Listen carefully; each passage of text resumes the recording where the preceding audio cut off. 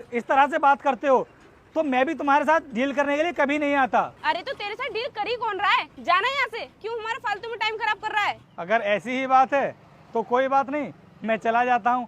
आप लोग कर लेना था ग्लोबल इंटरप्राइजेज के साथ डील। चलो भाई चलते हैं। अरे सर, रिक्शे में बैठने की कोई ज़रूरत नहीं है, हमारी गाड़ी ठीक हो गई है, हम गाड़ी से चलते हैं। अच्छा चलो ठीक है। अरे भैया, आप इसे सर क्यों बोल रहे हो? कौन है ये? मैडम, आप सर को नहीं जानती? सर द ग्लोबल इंटरप्राइज के मैनेजर हैं। क्या सच में? अरे तो मैडम मैं आपसे झूठ क्यों बोलूँगा? मैं इतनी देर से आपसे बोल रहा था कि मैं ही आपसे डील करने के लिए आया हूँ, लेकिन आप पता नहीं मेरे बारे में क्या क्या सोच रही थी। सर, हमें सच में नहीं पता था कि आप उस कंपनी के मैनेजर हो, क्योंकि आप रिक्शे से आए थे ना। अरे इतनी बड़ी कंपनी के मैनेजर और रिक्शे से आए, इसलिए हमसे गलती हो गई। प्लीज़ सर, हमें माफ़ कर दो।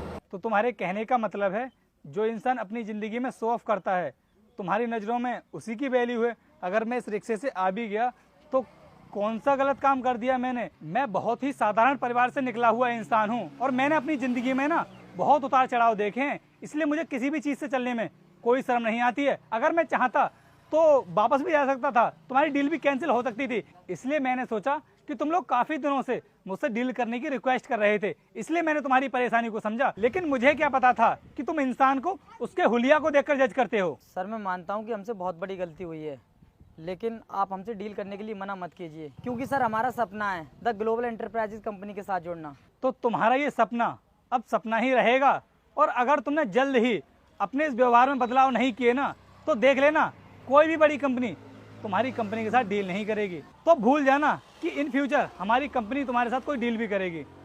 चलो मनु। सर सर मैडम, हमें हमारे किए की सज़ा मिली है। हाँ वीर, तुम सही कह रहे हो। हमें उनसे इस तरह से बात नहीं करनी चाहिए थी। हमने उनके साथ बहुत बदतमीजी की। चलो अब